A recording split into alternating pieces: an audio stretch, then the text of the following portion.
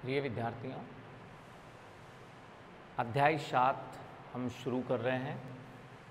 कविता है बादल राग और कवि है निराला। पूरा नाम है सूर्यकांत त्रिपाठी निराला। निराला के काव्य संग्रह का नाम है अनामिका। इसी काव्य संग्रह, इसी काव्य कृति से ये कविता ली गई है बादल राग। यह कविता जो आपके सामने लिखी हुई है, देखने से पता चलता है कि कुछ पंक्तियाँ बड़ी हैं तो कुछ बहुत छोटी भी नज़र आ रही है। तो हमें देखने पर पता चलता है कि इन सभी पंक्तियों में ना वर्ण बराबर हो सकते हैं और ना मात्राएं बराबर हो सकती है। अतः यह छंद मुक्त कविता है। और इस कविता में उन्होंने बादल राग नाम से ये जो कविता है, इसमें कवि ने जो शोषित और पीड़ित लोग हैं उनको संबोधित करके कहा है कि बादल अपनी ध्वनि से पीड़ित और शोषित लोगों को क्रांति के लिए, जो पूंजीपति वर्ग के लोग हैं उनके विरुद्ध क्रांति के लिए संदेश देते हैं, प्रेरणा देते हैं।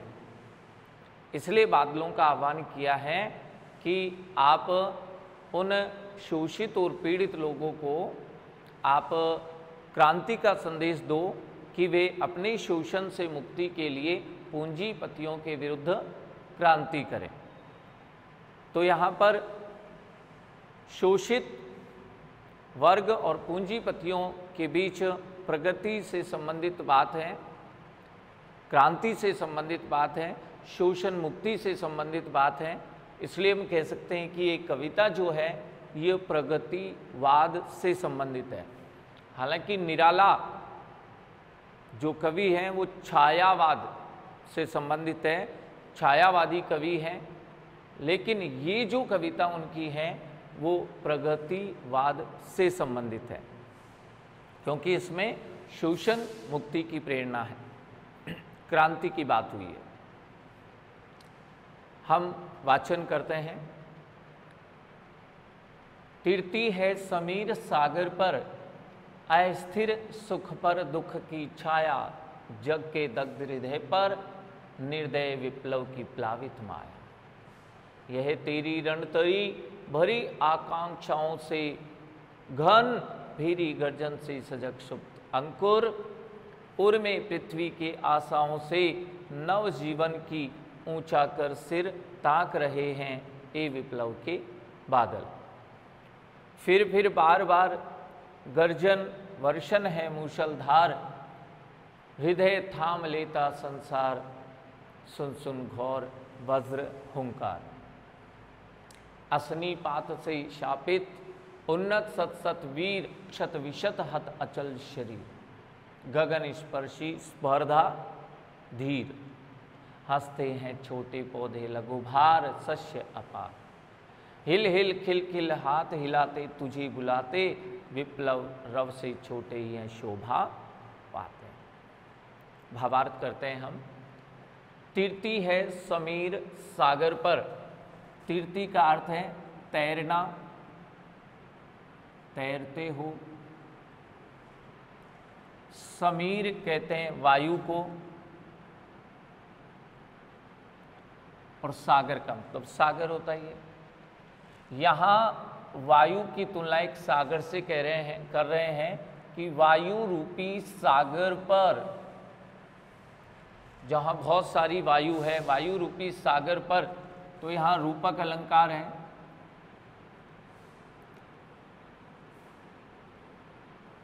जिसकी तुलना जिससे करें, इनके बीच में कोई भी शब्द या शब्दांश नहीं आता है तो हम पहचान जाते हैं रूपक अलंकार है।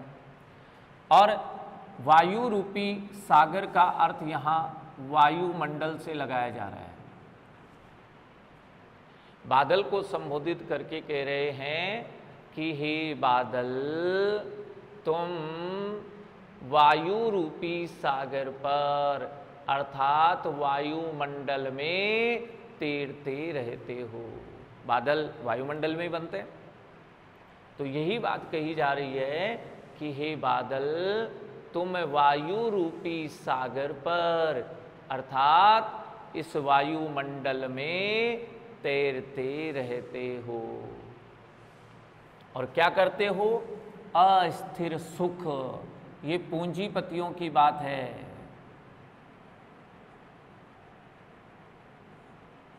पूंजीपतियों के सुखों को अस्थिर कर देते हो। यानी जो पूंजीपति बिल्कुल सुखी थे, जैसे ही तुम वायुमंडल में बनते हो, जैसे ही तुम आकाश में छा जाते हो, वैसे ही पूंजीपतियों के सुख अस्थिर हो जाते हैं। उनके सुख तुम्हें देखकर समाप्त हो जाते हैं। दुख की छाया, और उनके हृदय पर दुख की छाया बन जाती है।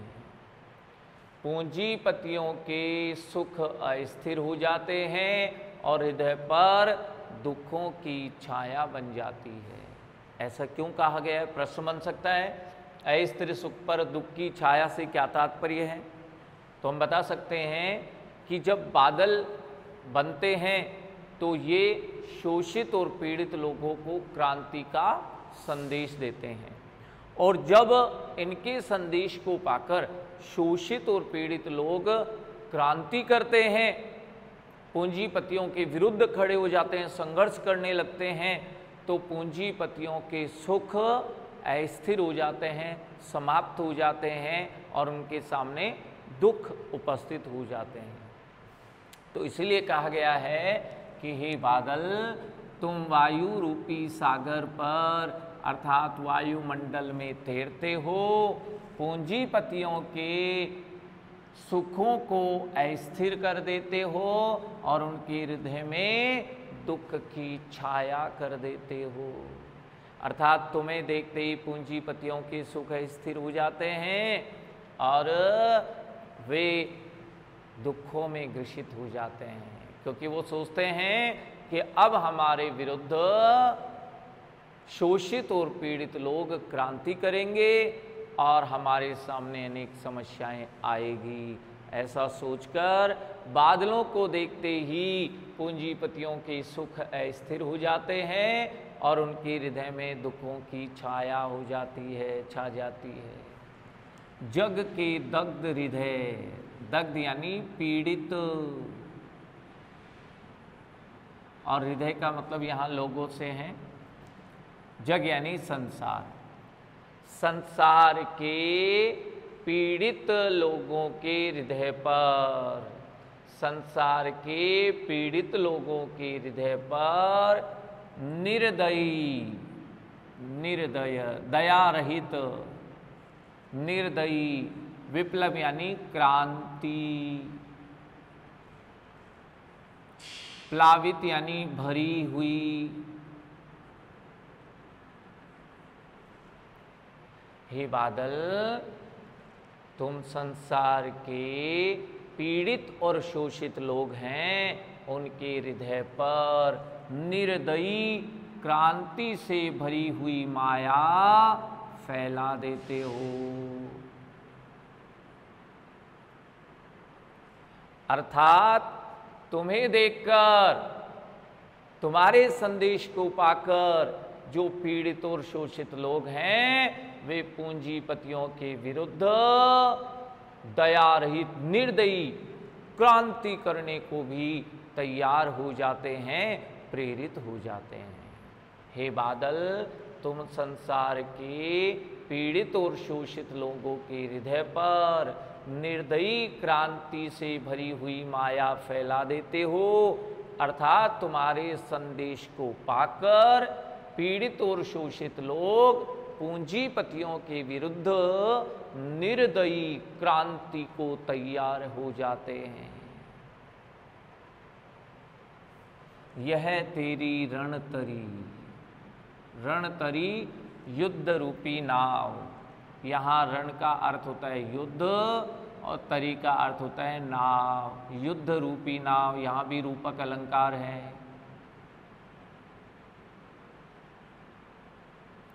और युद्ध रूपी नाव यहाँ कहा गया है क्रांति को।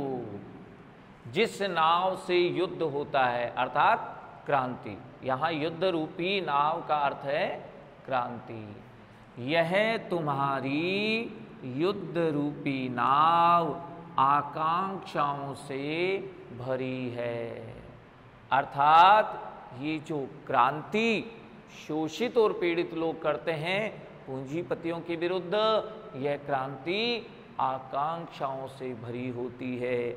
जब भी ये शोषित और पीड़ित लोग क्रांति करते हैं तो उस क्रांति के पीछे उनके हृदय में कुछ आकांक्षाएं होती है, कुछ इच्छाएं होती है कि इस क्रांति के बाद हमें इनकी प्राप्ति होगी, हमारी ये आकांक्षाएं पूरी होगी। तो जब ये क्रांति करते हैं तो इनके हृदय में कुछ आकांक्षाएं भरी होती है, कुछ इच्छाएं होती हैं। हे बादल, तुम्हारी यह युद्ध रूपी नाव आकांक्षाओं से भरी है, अर्थात जो शोषित और पीड़ित लोग क्रांति करते हैं, क्रांति के पीछे उनके हृदय में कुछ आकांक्षाएं, कुछ इच्छाएं होती है। उनको चाहने के लिए, पूरी करने के लिए ही वे पूंजीपतियों के विरुद्ध क्रांति करते हैं। घन बादल, हे बादल, भेरी गर्जन यानी गर्जना। भेरी एक ऐसा वाद्य यंत्र होता है जो फूंक देकर बजाया जाता है और युद्ध प्रारंभ होने पर बजाया जाता है। जब दोनों सेनाएं आगे बढ़ती हैं तो पहले भेरी यंत्र बजाया जाता है और फिर दोनों सेनाएं युद्ध के लिए आगे बढ़ती है। तो भेरी, यहाँ पर मृदंग भी कह सकते हैं हम। कुल मिलाकर ये वाद्य यंत्र हैं जिसका नाम है भेरी। मृदंग अलग होता है। हे बादल, तुम्हारी भेरी रूपी गर्जना से, तुम्हारी भेरी गर्जना से सजग यानी जाग जाते हैं, जाग उठते हैं। सुप्त यानी सोए हुए।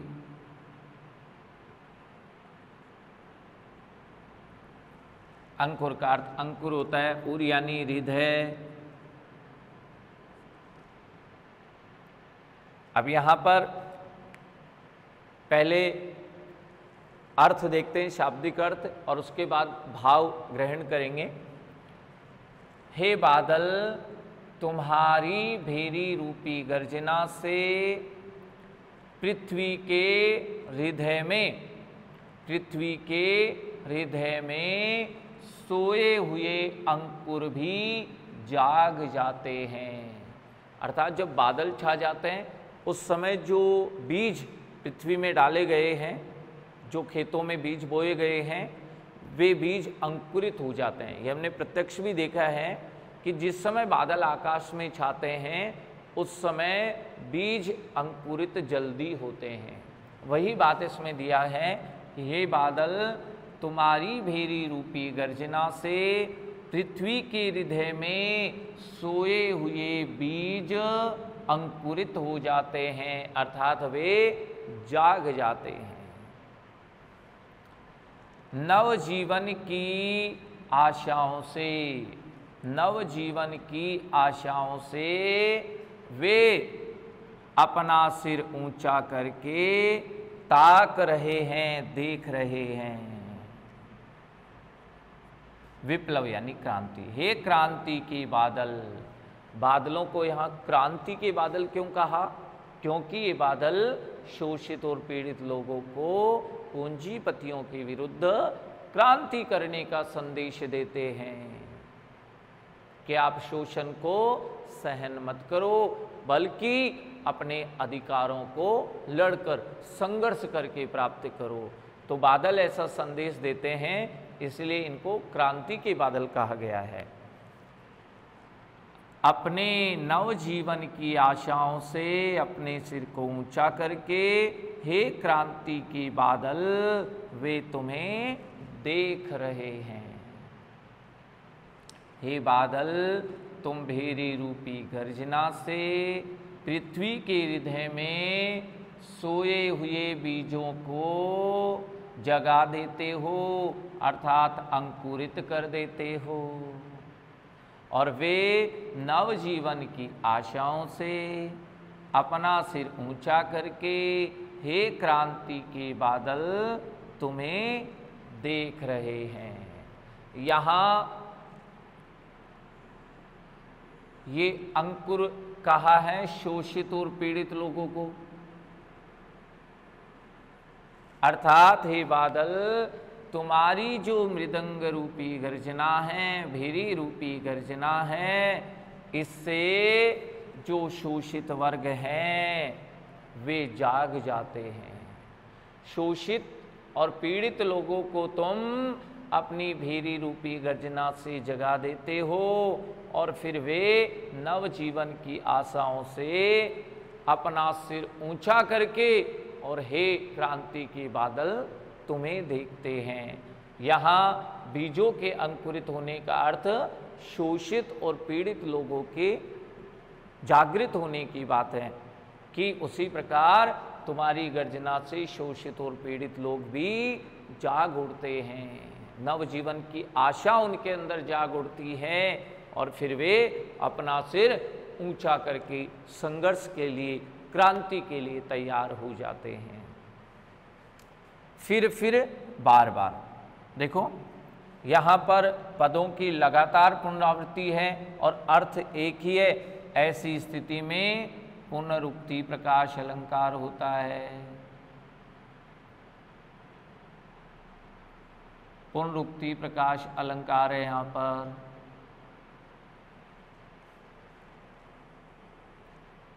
फिर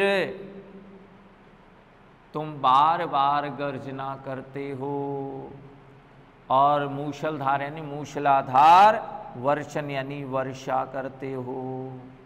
हे बादल तुम बार बार गर्जना करते हो और मूषलाधार वर्षा करते हो। हृदय थाम लेता संसार, इस संसार के लोग अपने हृदय को थाम लेते हैं, और हृदय के थामने का अर्थ हुआ भयभीत होना। और क्यों? सुन सुन, यहां भी पुनरुक्ति प्रकाश अलंकार है। घोर यानी भयंकर, वज्र हुंकार, वज्र रूपी आवाज, हुंकार यानी आवाज।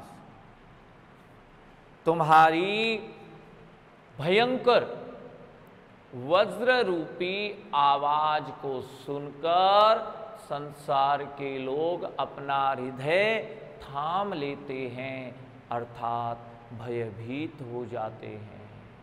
हे बादल, तुम्हारी भयंकर वज्र रूपी आवाज को सुनकर इस संसार के लोग अपना हृदय थाम लेते हैं, अर्थात भयभीत हो जाते हैं। हम जानते हैं जब अचानक गर्जना बादल करता है तो सभी डर जाते हैं, भयभीत हो जाते हैं। तो यही बात यहाँ पर कही जा रही है। अस्नीपात, अस्नीपात कहते हैं बिजली गिरना।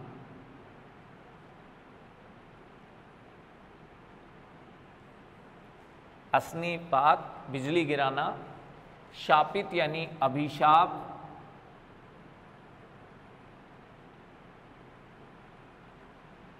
उन्नत यानी ऊंचे।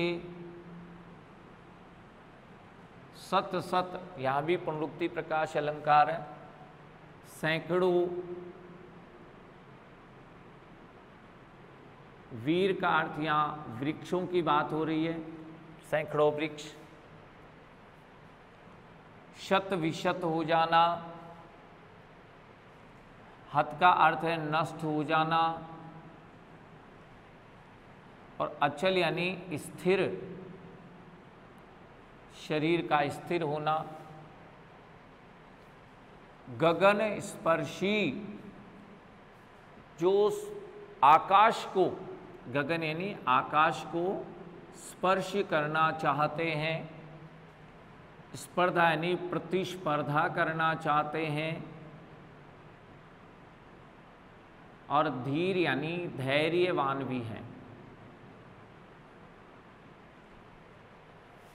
हे बादल, तुम्हारे बिजली गिराने के अभिशाप से, बादल कई बार बिजली गिरा देते हैं, बादलों से बिजली गिरती है, तो वही बात है कि तुम्हारे बिजली गिराने के अभिशाप से ऊंचे ऊंचे सैकड़ों वृक्ष, जो काफी ऊंचे ऊंचे वृक्ष हैं, जो आकाश से भी स्पर्धा करना चाहते हैं, इतना तेजी से बढ़ रहे हैं वो आकाश की ओर, जैसे आकाश को ही स्पर्श कर लेंगे। प्रतिस्पर्धा, और वे विभिन्न प्रकार की प्रतिस्पर्धा करने को भी तैयार है और धैर्यवान भी है। ऐसे ऊंचे ऊंचे सैकड़ों वृक्ष जो आकाश को स्पर्श करना चाहते हैं, प्रतिस्पर्धा करना चाहते हैं और धैर्यवान हैं, वे भी क्षत विक्षत हो जाते हैं बिजली गिरने से, बिजली गिरने के अभिशाप से शत विक्षत हो जाते हैं, नष्ट हो जाते हैं। कई वृक्ष तो पूरे नष्ट हो जाते हैं बिजली गिरने से, और उनका शरीर भी स्थिर हो जाता है। कहने का मतलब जिस पेड़ पर बिजली गिर जाती है उस पेड़ में फिर कभी भविष्य में वृद्धि होती ही नहीं है। वह पेड़ या तो पूरा नष्ट हो जाता है या उसका जो भाग बच जाता है वो स्थिर हो जाता है, उस वृक्ष में कभी वृद्धि नहीं होती है। इसलिए कहा गया है कि उनका शरीर स्थिर हो जाता है। हे बादल, तुम्हारे बिजली गिराने के अभिशाप से ऊंचे ऊंचे सैकड़ों वृक्ष जो आकाश को स्पर्श करना चाहते हैं, प्रतिस्पर्धा करना चाहते हैं और धैर्यवान हैं, वे भी क्षत विक्षत हो जाते हैं, नष्ट हो जाते हैं, उनका शरीर भी स्थिर हो जाता है।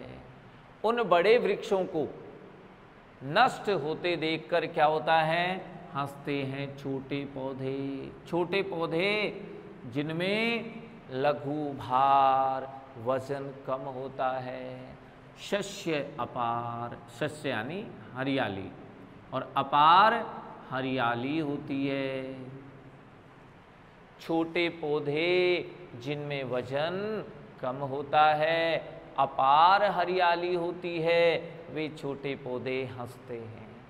जब बिजली गिरने से बड़े बड़े वृक्ष नष्ट हो जाते हैं तो उन्हें नष्ट होते देखकर छोटे पौधे जिनमें वजन कम होता है, अपार हरियाली होती है, वे हंसने लग जाते हैं। हिल हिल यानी हिलते हैं और खिलखिल यानी प्रसन्न हो जाते हैं। यहाँ हिल हिल खिलखिल में भी पुनरुक्ति प्रकाश अलंकार है।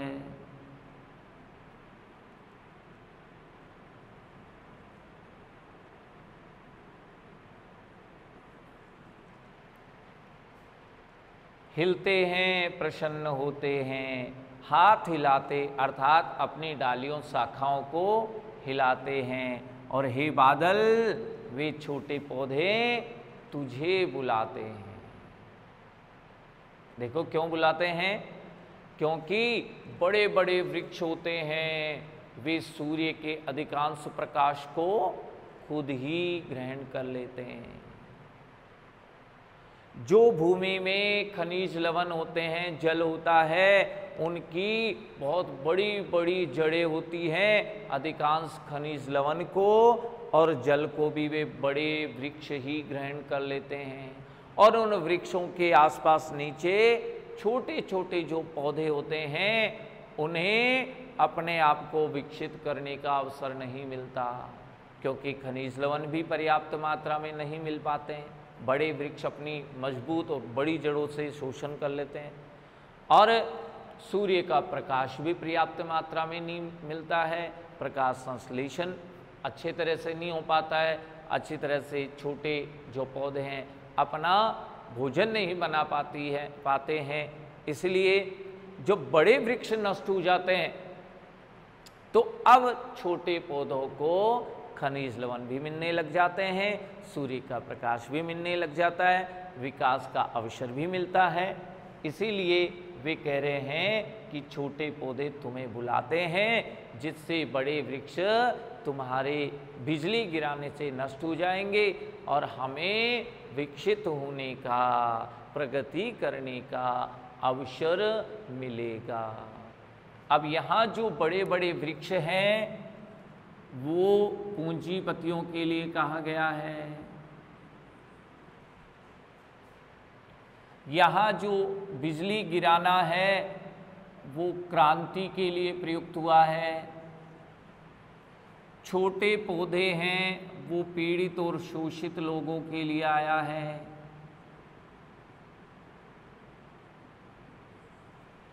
अभी तो हमने अर्थ किया, अब भाव देखिए, अर्थात हे बादल, तुम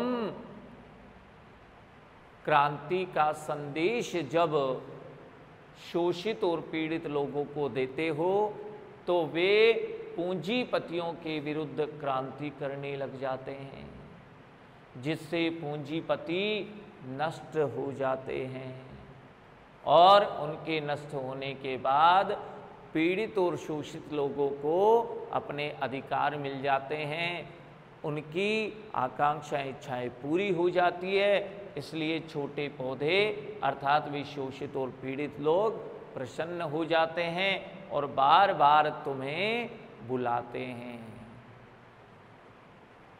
विप्लव रव से छोटे ही हैं शोभा पाते। विप्लव यानी क्रांति और रव यानी स्वर। क्रांति के स्वर से छोटे ही हैं शोभा पाते। यहाँ छोटे का अर्थ है शोषित और पीड़ित लोग। क्रांति के स्वर से शोषित और पीड़ित लोग ही शोभा पाते हैं। यहाँ से भी प्रश्न पूछा जा सकता है कि विप्लव रव से छोटे ही है शोभा पाते को स्पष्ट कीजिए। तो हम बता सकते हैं क्रांति के स्वर से पीड़ित और शोषित लोग ही शोभा पाते हैं, अर्थात पीड़ित और शोषित लोगों को ही लाभ होता है, क्योंकि जब वे क्रांति करते हैं तो पूंजीपतियों के सुख नष्ट हो जाते हैं। पूंजीपतियों से शोषित और पीड़ित लोग क्रांति करके अपने अधिकार प्राप्त कर लेते हैं, शोषण से इनकी मुक्ति हो जाती है और इनके हृदय में जो इच्छाएं थी, आकांक्षाएं थी, वो भी उस क्रांति से पूरी हो जाती है। इसीलिए कहा गया है कि क्रांति की स्वर से पीड़ित और शोषित लोग ही शोभा पाते हैं, इन्हीं को लाभ होता है।